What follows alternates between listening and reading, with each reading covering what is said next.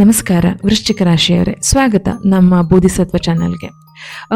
ನಾವು ಇವತ್ತು ಟ್ಯಾರೋ ಕಾರ್ಡ್ಗಳು ಸೆಪ್ಟೆಂಬರ್ 2025ರಲ್ಲಿ ನಿಮಗೆ ಏನು ಸೂಚನೆ ಕೊಡ್ತಾ ಇದೆ, ಜೀವನದಲ್ಲಿ ಯಾವ ಶುಭ ಸೂಚನೆಗಳು ಬರ್ತಾ ಇದೆ, ಯಾವ ಎಚ್ಚರಿಕೆಗಳನ್ನು ನೀವು ಈ ತಿಂಗಳಲ್ಲಿ ವಹಿಸಬೇಕು, ಸ್ಪಿರಿಚುವಲ್ ಆಗಿ ಅಂದರೆ ಆಧ್ಯಾತ್ಮಿಕವಾಗಿ ಏನು ಮಾರ್ಗದರ್ಶನಗಳಿದೆ ಅದನ್ನು ಈ ವಿಡಿಯೋ ಮೂಲಕ ತಿಳ್ಕೊಳ್ಳೋಣ.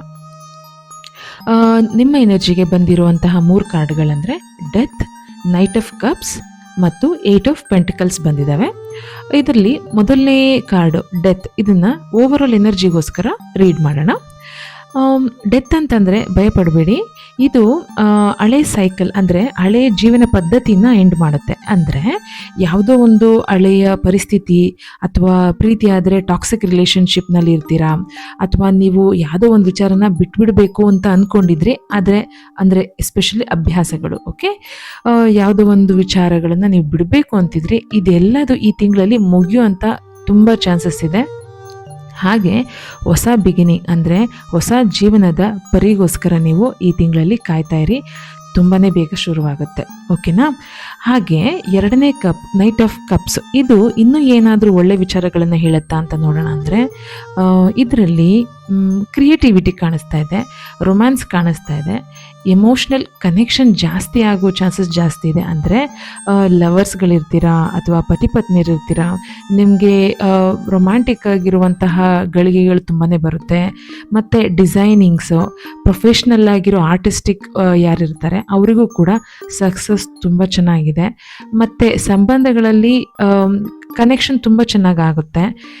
ಯಾರಾದರೂ ಯಾರಪ್ಪ ನನಗೇನು ಯಾರೂ ಪ್ರಪೋಸೇ ಮಾಡಿಲ್ಲ ಅನ್ನೋ ಥರ ಇದ್ದರೆ ಅವರಿಗೆ ಲವ್ ಪ್ರಪೋಸಲ್ಗಳು ಕೂಡ ಬರೋ ತಿಂಗಳಿದು.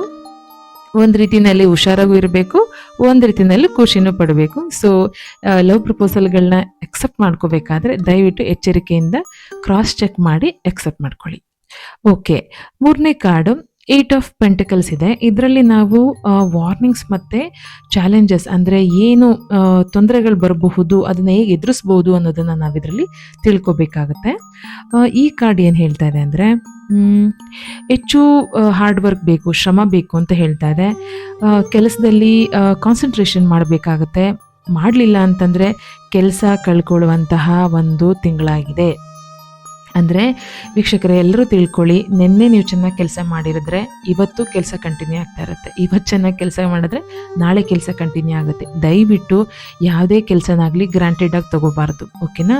ಕೆಲವರು ಕಂಫರ್ಟ್ ಝೋನಲ್ಲಿ ಇದ್ಬಿಡ್ತಾರೆ, ಆ ಕಂಫರ್ಟ್ ಝೋನ್ನ ಯಾವತ್ತೂ ಮುರಿಬೇಕು. ಕಂಫರ್ಟ್ ಝೋನ್ ಯಾರಿಗೂ ಯಾವುದೇ ಕಾರಣಕ್ಕೂ ಒಳ್ಳೆಯದಲ್ಲ. ಕಂಫರ್ಟ್ ಝೋನ್ ಅನ್ನೋದನ್ನು ಯಾವಾಗ ನಾವು ಮೀರಿ ಹೊರಗಡೆ ಬರ್ತೀವಿ ಆಗ ನಾವು ಕಾನ್ಸಂಟ್ರೇಷನ್ನ ಬಿಲ್ಡ್ ಮಾಡ್ಕೋತೀವಿ. ಹಾಗೆಯೇ ಕೆಲಸದ್ರ ಮೇಲೆ ತುಂಬ ಗೌರವ ಬರೋಕ್ಕೆ ಶುರುವಾಗುತ್ತೆ, ಓಕೆನಾ. ಶಾರ್ಟ್ಕಟ್ಗಳು ಬೇಡ, ಹಾರ್ಡ್ ವರ್ಕ್ ಖಂಡಿತ ಬೇಕು. ಮತ್ತು ಆರೋಗ್ಯದಲ್ಲಿ ಏನು ತೊಂದರೆ ಕಾಣಿಸ್ಬೋದು ಅಂತಂದರೆ ಡೈಜೆಷನ್ ಮತ್ತು ಸ್ಟ್ರೆಸ್ ಇಶ್ಯೂಗಳು ಬರೋ ಚಾನ್ಸಸ್ ಜಾಸ್ತಿ ಇದೆ. ದಯವಿಟ್ಟು ಸ್ವಲ್ಪ ಎಚ್ಚರಿಕೆ ಇರಿ. ಅಂದರೆ ಕಾನ್ಸಂಟ್ರೇಟೆಡ್ ಫುಡ್ ಆಗಿರ್ಬೋದು ಅಥವಾ ಪ್ಯಾಕ್ಡ್ ಫುಡ್ಗಳಾಗಿರುತ್ತಲ್ವ, ಇಂಥದ್ದನ್ನೆಲ್ಲ ಸ್ವಲ್ಪ ತಿನ್ನೋದನ್ನು ಅವಾಯ್ಡ್ ಮಾಡಿ. ಗ್ಯಾಸ್ಟ್ರಿಕ್ ಅನಿಸುತ್ತೆ ನಿಮಗೆ ಅಂತ ಕೆಲವೊಂದು ಫುಡ್ ಅಂತಂದರೆ ಅಂಥದ್ದನ್ನು ನೀವು ತೊಗೊಳಕ್ಕೆ ಹೋಗ್ಬಿಡಿ. ಮತ್ತು ಗಟ್ಟಿ ಪದಾರ್ಥಗಳು ರಾತ್ರಿ ಹೊತ್ತು ಜಾಸ್ತಿ ತಿನ್ನೋದು ಕೂಡ ಬೇಡ, ಓಕೆನಾ. ಪ್ರಾಪರಾಗಿರೋ ಡಯಟ್ನ ಮೇಂಟೈನ್ ಮಾಡಿ, ಇದು ಒಳ್ಳೆಯ ವಿಚಾರ ಆಗಿರುತ್ತೆ. ಮತ್ತು ಈ ತಿಂಗಳಲ್ಲಿ ನಿಮಗೆ ಭಾಗ್ಯದ ಬಣ್ಣ ಕೆಂಪಾಗಿರುತ್ತೆ, ಭಾಗ್ಯದ ಸಂಖ್ಯೆ 9. ಮತ್ತು ಹಾಗೆ ಅಫರ್ಮೇಷನ್ ಏನು ಹೇಳ್ಕೊಳ್ಳೋಣ, ಯಾವಾಗಲಾದರೂ ಎನರ್ಜಿ ಲೋ ಅನ್ನಿಸ್ತಾ ಇದೆ ಅಥವಾ ತುಂಬ ಏನೋ ಕಳವಳ ಅಥವಾ ಸೋಲ್ತೀನಿ ಅನ್ನೋ ಭಯ ಇದ್ದಾಗ ಇದೊಂದು ಅಫರ್ಮೇಷನ್ನ ಒಂದು 11 ಸಾರ್ತಿ ಮನಸ್ಸಲ್ಲಿ ಸಂತೋಷದಿಂದ ನಿಜವಾಗ್ಲೂ ನಡೀತಿದೆ ಅನ್ನೋ ಥರ ನೀವು ಫೀಲ್ ಮಾಡ್ಕೊಂಡು ಹೇಳ್ಕೋಬೇಕು. ಏನದು, ನಾನು ಬದಲಾವಣೆಗಳನ್ನು ಸ್ವೀಕರಿಸ್ತಾ ಇದ್ದೀನಿ, ಅದರೊಂದಿಗೆ ನಾನು ಬೆಳೀತಾ ಇದ್ದೀನಿ, ನಾನು ಬದಲಾವಣೆಗಳನ್ನು ಸ್ವೀಕಾರ ಮಾಡ್ತಾ ಇದ್ದೀನಿ, ಅದರೊಂದಿಗೆ ಬೆಳೀತಾ ಇದ್ದೀನಿ. ಇದನ್ನು ಖಂಡಿತ ಹೇಳ್ಕೊಳ್ಳಿ. ಅದು ಕೂಡ ನೀವು ಇದನ್ನು ಫೀಲ್ ಮಾಡ್ಕೊಂಡು ಹೇಳ್ಕೋಬೇಕು, ಸುಮ್ಮನೆ ಬಾಯ್ಪಾಠದ ಥರ ಪಟ ಪಟ ಪಟ ಹೇಳೋದಲ್ಲ. ನೀವು ಯಾವಾಗ ವಿಚಾರಗಳನ್ನು ಇಮ್ಯಾಜಿನೇಷನ್ ಮಾಡ್ಕೊಂಡು ಹೇಳೋಕ್ಕೆ ಶುರು ಮಾಡ್ತೀರಾ, ಆ ವಿಚಾರಗಳು ಖಂಡಿತವಾಗ್ಲೂ ನಡೆಯುತ್ತೆ. ನಾನೊಂದು ಮುಂಚೆ ಒಂದು ವಿಡಿಯೋ ಮಾಡಿದ್ದೀನಿ ಥರ್ಡ್ ಐ ಬಗ್ಗೆ, ಆ ವಿಚಾರದಲ್ಲಿ ನಾನು ಖಂಡಿತ ಹೇಳಿದ್ದೀನಿ. ನೀವು ಅದನ್ನು ಥರ್ಡ್ ಐ ಬಗ್ಗೆ ವಿಡಿಯೋ ನೋಡಬೇಕು. ಅದರಲ್ಲಿ ಒಂದು ವರ್ಡ್ ನಾನು ಮೆನ್ಷನ್ ಮಾಡಿದ್ದೀನಿ, ಜೀವನದಲ್ಲಿ ಎಲ್ಲ ವಿಚಾರಗಳು 2 ಸತಿ ನಡೆಯುತ್ತೆ. ಅಂದರೆ 2 ಸಾರ್ತಿ ಏನು ನಡೆಯುತ್ತೆ, ಒಂದು ತಲೆಯಲ್ಲಿ ಇಮ್ಯಾಜಿನೇಷನ್ಗಳು ಬರುತ್ತೆ ಫಸ್ಟು, ಅದೇನೇ ಪ್ರಾಕ್ಟಿಕಲ್ ಆಗು ನಡೆಯುತ್ತೆ. ಓಕೆ, ಪ್ರಾರ್ಥನೆ ಮೂಲಕ ಅಥವಾ ಧ್ಯಾನದ ಮೂಲಕ ಏನು ಮಾಡೋಣ, ಹೇಗೆ ಎನರ್ಜಿನ ಹೈ ಮಾಡ್ಕೊಳ್ಳೋದಂದರೆ ಮಂಗಳವಾರ ಆಂಜನೇಯನ ದೇವಸ್ಥಾನಕ್ಕೆ ಹೋಗ್ಬಿಟ್ಟು ಬನ್ನಿ. ಹನುಮಾನ್ ಚಾಲೀಸ ಕಲೀರಿ ಅಂತ ನಾನು ಎಲ್ಲರ ಹತ್ರನೂ ರಿಕ್ವೆಸ್ಟ್ ಮಾಡ್ತೀನಿ. ದಯವಿಟ್ಟು ಹನುಮಾನ್ ಚಾಲೀಸ ಕಲೀರಿ. ಚಾಲೀಸ ನಿಮ್ಮ ಜೀವನನೇ ಬದಲು ಮಾಡುತ್ತೆ. ಹಾಗೆ ಇನ್ನೊಂದು ಉಪಾಯ ಇದೆ, ಹಳೆ ಬಟ್ಟೆನ ದಾನ ಮಾಡಬೇಕು ಅಂತ ಕೂಡ ಇದು ಸೂಚನೆ ಕೊಡ್ತಾ ಇದೆ. ಆದರೆ ದಯವಿಟ್ಟು ಹಳೆ ಬಟ್ಟೆನ ಹೇಗಿಂದಾಗೆ ಕೊಡೋಕೆ ಹೋಗ್ಬೇಡಿ. ವಾಶ್ ಮಾಡಿ ಒಣಗಿಸ್ಬಿಟ್ಟು ನಿಮ್ಮ ಅಂಶನ ರಿಮೂವ್ ಮಾಡಿ ದಯವಿಟ್ಟು ಕೊಡಿ, ಓಕೆನಾ. ಈ ಎನರ್ಜಿನ ಹೇಗೆ ಕಟ್ ಮಾಡಿಕೊಡೋದು ಅಂದರೆ, ಎಸ್ಪೆಷಲಿ ಹಳ್ಳಿಗಳಲ್ಲಿ ಪಕ್ಕದ ಮನೆಯವರು ಒಡವೆ ಕೇಳಿದ್ರು ಅಂತಂದರೆ ಒಡವೆ ಇರೋವಂಥವ್ರು ಕೊಟ್ಬಿಡ್ತಾರೆ. ಸೊ ಆ ಒಡವೆ ಕೊಡುವಾಗ ಯಾವ ಪ್ರಾರ್ಥನೆಗಳನ್ನ ಮಾಡಬೇಕು, ಒಡವೆ ಇಸ್ಕೊಳ್ಬೇಕಾದ್ರೆ ಹೇಗೆ ಎನರ್ಜಿನ ಕಟ್ ಮಾಡಿ ಇಸ್ಕೋಬೇಕು, ಮತ್ತು ಎಸ್ಪೆಷಲಿ ಹಾಸ್ಟೆಲಲ್ಲಿರೋರು ಕೂಡ ಬಟ್ಟೆಗಳನ್ನು ಎಕ್ಸ್ಚೇಂಜ್ ಮಾಡ್ಕೋತಾರೆ. ಅಂದರೆ ಇವ್ರ ಬಟ್ಟೆನ ಅವ್ರು ತೊಗೋತಾರೆ, ಅವ್ರ ಶರ್ಟ್ನ ಇವ್ರು ಹಾಕೋತಾರೆ, ಈ ಥರ ಎಲ್ಲ ಇರುತ್ತೆ. ಆದರೆ ಅದರಲ್ಲಿ ನಮ್ಮ ಅಂಶಗಳು ಕ್ಯಾರಿ ಆಗ್ತಾ ಇರುತ್ತೆ.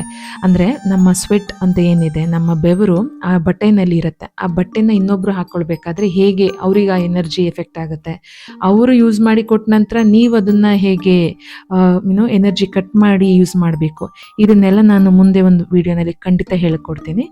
ತುಂಬ ಇದೆ. ಎನರ್ಜಿನ ಕಟ್ ಮಾಡದೆ ಯಾರಿಗೂ ಏನು ಕೊಡಬಾರ್ದು. ಎನರ್ಜಿನ ಮತ್ತೆ ನೀವು ನಿಮ್ಮ ವಸ್ತುನ ವಾಪಸ್ ತೊಗೊಳ್ಬೇಕಾದ್ರೆ ಎನರ್ಜಿನ ಮತ್ತೆ ಅಲ್ಲೂ ಕೂಡ ಕ್ಲಿಯರ್ ಮಾಡಿನೇ ತೊಗೋಬೇಕು.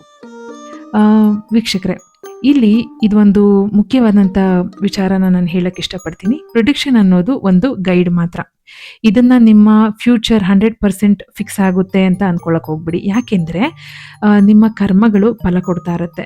ನಿಷ್ಕಾಮ ಕರ್ಮ ಮಾಡಬೇಕು, ಫಲದ ನಿರೀಕ್ಷೆ ಇರಬಾರ್ದು. ಕಾರ್ಯದಲ್ಲಿ ಏನೇ ಮಾಡಿ ಯಾವಾಗಲೂ ನೆನ್ಪಿಟ್ಕೊಳ್ಬೇಕಂದ್ರೆ ಫಲನ ಎಕ್ಸ್ಪೆಕ್ಟ್ ಮಾಡೋಕ್ಕೆ ಹೋಗಬೇಡಿ. ಕೆಟ್ಟದಾದರೂ ಬರಲಿ, ಒಳ್ಳೆಯದಾದರೂ ಬರಲಿ, ನಿಮ್ಮ ಕಾರ್ಯ ನೀವು ಮಾಡ್ತಾ ಹೋಗಿ. ಯಾವುದೇ ಮನುಷ್ಯನಿಗೆ ಆಗಲಿ, ಯಾವುದೇ ಒಂದು ಪ್ರಾಣಿಗಾಗಲಿ ಅಥವಾ ಪ್ರಕೃತಿಗಾಗಲಿ ತೊಂದರೆ ಕೊಡೋದು ನಿಮ್ಮ ಉದ್ದೇಶ ಯಾವತ್ತೂ ಆಗಿರಬಾರ್ದು. ಓಕೆನಾ ವೀಕ್ಷಕರೇ, ಈ ವಿಡಿಯೋ ಇಷ್ಟವಾಗಿದ್ದಲ್ಲಿ ದಯವಿಟ್ಟು ಲೈಕ್ ಮಾಡಿ, ನಮ್ಮ ಬೋಧಿಸತ್ವ ಚಾನಲ್ನ ಸಬ್ಸ್ಕ್ರೈಬ್ ಮಾಡಿ, ಹಾಗೂ ನೆಕ್ಸ್ಟ್ ವಿಡಿಯೋ ಬರ್ತಾ ಇದೆ, ಅದಕ್ಕೋಸ್ಕರ ಕಾಯ್ತಾ ಇರಿ. ಥ್ಯಾಂಕ್ ಯು, ಧನ್ಯವಾದಗಳು. ಕೃಷ್ಣಾರ್ಪಣಮಸ್ತು.